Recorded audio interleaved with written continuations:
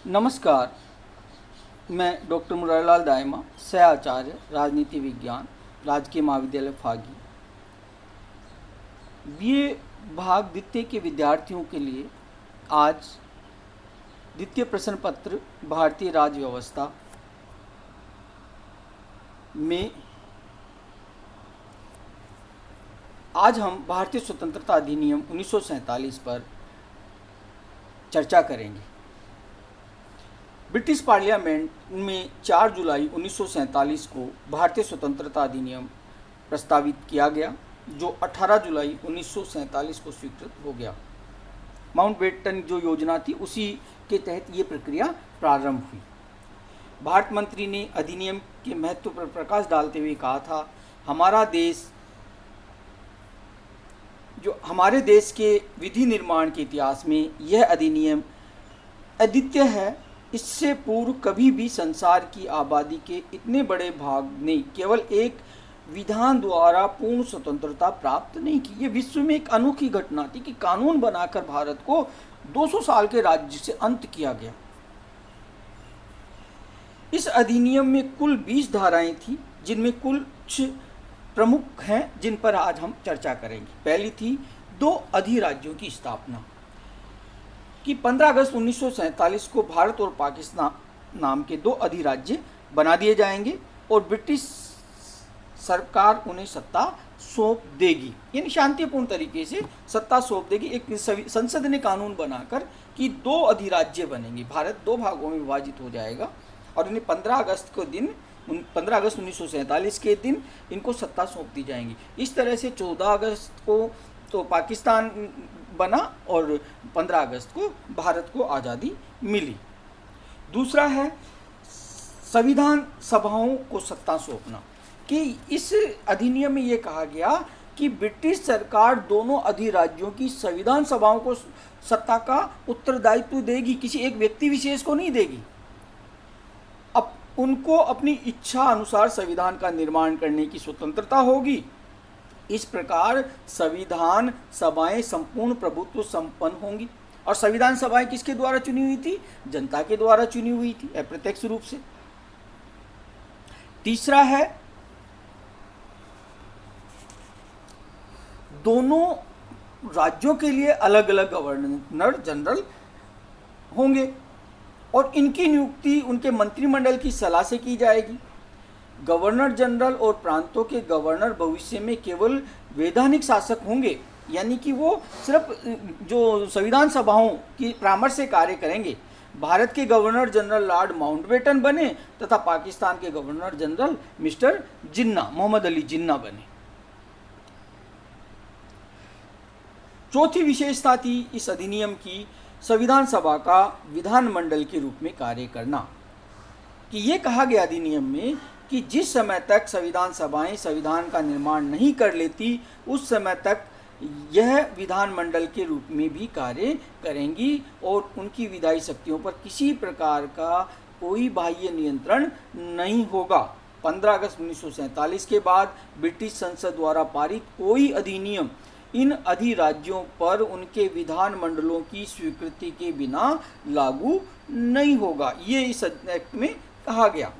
पांचवा जो विशेषता थी इस अधिनियम की, जो बात इसमें कही गई वो ये थी प्रांतीय विधानमंडल, कि प्रांतीय विधानमंडल के लिए कहा गया कि जिस समय तक नवीन विधान के अनुसार प्रांतों के में निर्वाचन नहीं होता, उस समय तक प्रांतों में इस समय के जो विधानमंडल ही कार्य करते रहेंगे। जब तक नए चुनाव नहीं होते तब तक ये जो 1945 में चुनाव हुए थे वही विधानमंडल कार्य करते रहेंगे। छठी बात है भारत मंत्री के पद का अंत, कि भारत मंत्री का जो पद था उसको समाप्त कर दिया गया, क्योंकि 15 अगस्त 1947 के बाद ब्रिटिश संसद का भारत और पाकिस्तान पर कोई नियंत्रण नहीं रहेगा। इसलिए लंबे समय से जो भारत मंत्री पद की बात करते कि समाप्त किया जाए, वो 1947 में आज़ादी के बाद समाप्त हुआ। सातवां विशेषता अधिनियम की 1935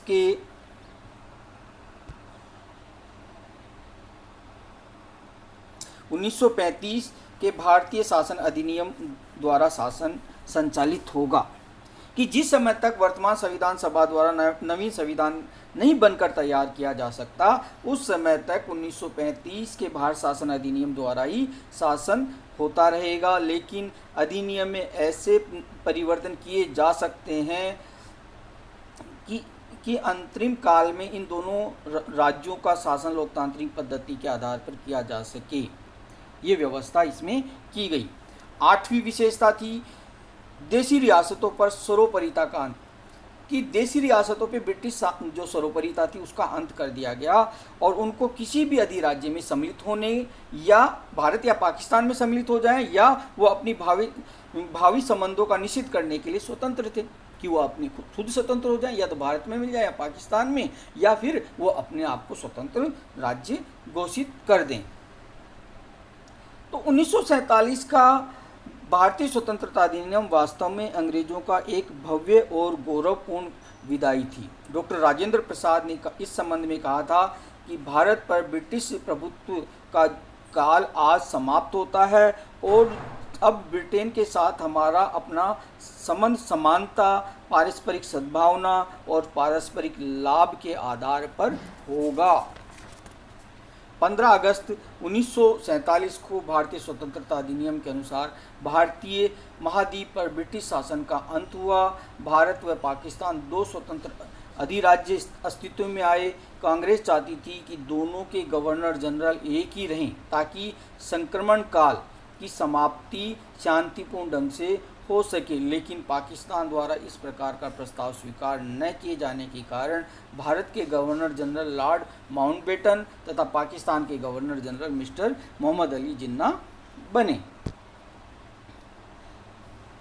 तो इस तरह से 1947 का अधिनियम भारत को एक स्वतंत्रता दे दी और एक शासन करने का तरीका हमें बता दिया गया कि संविधान सभा जब तक नया संविधान नहीं बनाएगी तब तक हम कैसे शासन करेंगे, उस दौरान बंटवारा किस तरह से होगा। अब बात आती है भारतीय स्वतंत्रता की प्राप्ति में सहायक तत्व क्या क्या रहे। 15 अगस्त 1947 को भारतीय सत्ता का हस्तांतरण भारतीय इतिहास की एक गौरवपूर्ण घटना है। यह विदेशी शासन की एक युग का अंत ही नहीं बल्कि लंबे और कष्टदायक संघर्ष के बाद भारतीय राष्ट्र का पुनर्जन्म था। ब्रिटिश प्रधानमंत्री लॉर्ड एटली और ब्रिटेन की मजदूर दल सरकार की उदारता के कारण 1947 में भारत को स्वतंत्रता प्राप्त हुई। भारतीय स्वतंत्रता विभिन्न परिस्थितियों के दबाव का परिणाम थी। 1947 तक भारत में ऐसी परिस्थितियां हो गई थी कि राजनीतिक दृष्टि से सत्ता का हस्तांतरण में देरी करना संभव भी नहीं था। भारतीय स्वतंत्रता की प्राप्ति में सहायक तत्वों की विवेचना हम निम्नलिखित पॉइंट्स के माध्यम से करेंगे। पहला लेंगे भारतीय राष्ट्रीय आंदोलन की शक्ति, कि इस समय तक राष्ट्रीय चेतना अपने चरमोत्कर्ष पर थी और गांधी जी ने के भारत छोड़ो आंदोलन ने भारतीय जनता को डू एंड डाई का जो संदेश दिया था। आज़ाद हिंद सेना के नायकों पर अभियोग और सैनिक विद्रोह की घटनाओं ने इस राजनीतिक जागृति को और अधिक उत्तेजित कर दिया। ऐसी स्थिति में संपूर्ण भारत छोड़ देना ही अंग्रेजों ने अपने हित में समझा और उसे उचित समझा। दूसरा है युद्ध के बाद इंग्लैंड की कमज़ोर स्थिति, कि दूसरे विश्व युद्ध के पूर्व इंग्लैंड विश्व में प्रथम श्रेणी का राष्ट्र था, लेकिन दूसरे विश्व युद्ध के परिणाम स्वरूप इंग्लैंड की स्थिति बहुत ही निर्बल हो गई थी। उसकी अर्थव्यवस्था को बहुत आघात पहुंचा था और उसकी सैनिक शक्ति भी कम हो गई, क्योंकि ये अमेरिका की धरती से युद्ध नहीं लड़ा गया था, ये इंग्लैंड की उससे लड़ा गया था। सबसे ज़्यादा नुकसान इंग्लैंड को हुआ। ऐसी स्थिति में इंग्लैंड भारत पर नियंत्रण बनाए रखने के आर्थिक और सैनिक भार को सहन करने में असमर्थ था। इंग्लैंड की कमज़ोर स्थिति इंग्लैंड को भारत छोड़ने के लिए बाध्य करने वाला बहुत प्रमुख कारण है। माइकल बेचर ने कहा कि इंग्लैंड की कमज़ोर स्थिति भारत के पक्ष में इतना सबल तथ्य था कि 1945 में यदि अनुदार दल सत्तारूढ़ होता तो वह भी भारतीय स्वतंत्रता के प्रश्न को टाल नहीं सकता था। तीसरा जो सहायक तत्व है वो है इंग्लैंड में जन्मत भारतीय स्वतंत्रता के पक्ष में होना, कि 1940 के बाद ब्रिटिश जनमत भारत के पक्ष में हो गया। ब्रिटेन के चुनाव में मजदूर दल के जीतने का कारण भी यही था कि मजदूर दल भारतीय हित हितों से सहानुभूति रखता था। ब्रिटेन की प्रजातंत्रात्मक सरकार अपने देश के जनमत की उपेक्षा नहीं कर सकती थी, इसलिए उसे भारत को स्वतंत्रता प्रदान करनी पड़ी, एक मजबूरी के तहत। चौथा जो सहायक तत्व है वो साम्यवाद का डर, कि ब्रिटिश सरकार साम्यवाद के प्रसार के विरुद्ध थी और इसलिए उसने भारत में साम्यवाद के प्रसार को रोकने के लिए भारत को शीघ्र ही स्वतंत्रता प्रदान करना आवश्यक समझा, क्योंकि रूस का जो साम्यवादी था उसे सारे पूंजीपति राष्ट्र यानी पश्चिमी राष्ट्र डरे हुए थे। इसलिए अगर भारत को साम्यवाद जाने से रोकना है, क्योंकि बहुत बड़ा भारत, अगर भारत साम्यवादी हो गया तो इन पूंजीवादी व्यवस्थाओं का एक तरह से समाप्त हो जाएगी। इसलिए उन्होंने कहा कि इसको स्वतंत्र कर दो और इसे हमारे गुट में मिला लो। यानी शीत युद्ध चला, शीत युद्ध के दौरान दो गुट बन गए थे, एक साम्यवादी गुट, एक पूंजीवादी गुट, है ना। तो इसलिए भारत को पूंजीवादी गुट में रखने के लिए इसको स्वतंत्र देना इनकी मजबूरी हो गई थी। पांचवा जो सहायक तत्व है इंग्लैंड पर अंतर्राष्ट्रीय दबाव। दूसरे विश्व युद्ध के समय अमेरिका के राष्ट्रपति रूजवेल्ट, चीन के चांग काई शेक और ऑस्ट्रेलिया के विदेश मंत्री डॉक्टर इबार्ट के द्वारा ब्रिटेन पर भारत को स्वतंत्रता देने के लिए जोर डालना प्रारंभ किया। ब्रिटेन को युद्ध जीतने में अमेरिका द्वारा बहुत अधिक सहायता प्रदान की गई थी और जब युद्ध के बाद अमेरिका द्वारा ब्रिटेन पर भारत की स्वतंत्रता के संबंध में दबाव डाला गया तो ब्रिटेन के लिए अमेरिका की बात को स्वीकार करना एक तरह से आवश्यक हो गया, इसलिए उसने भारत को आज़ादी प्रदान की। छठा जो सहायक तत्व है वह 1945 के चुनाव में मजदूर दल की विजय। मजदूर दल सदैव से ही भारत के प्रति सहानुभूति रखता था। 1940 के बाद उसका विचार था कि अब भारत को शीघ्र ही स्वतंत्रता प्रदान कर दी जानी चाहिए। वीपी मेनन लिखते हैं कि भारत को सत्ता के शीघ्र स्थानांतरण का मुख्य कारण 1945 में इंग्लैंड में मजदूर दल द्वारा निरपेक्ष बहुमत प्राप्त करके सत्ता ग्रहण करना एक महत्वपूर्ण कारण था।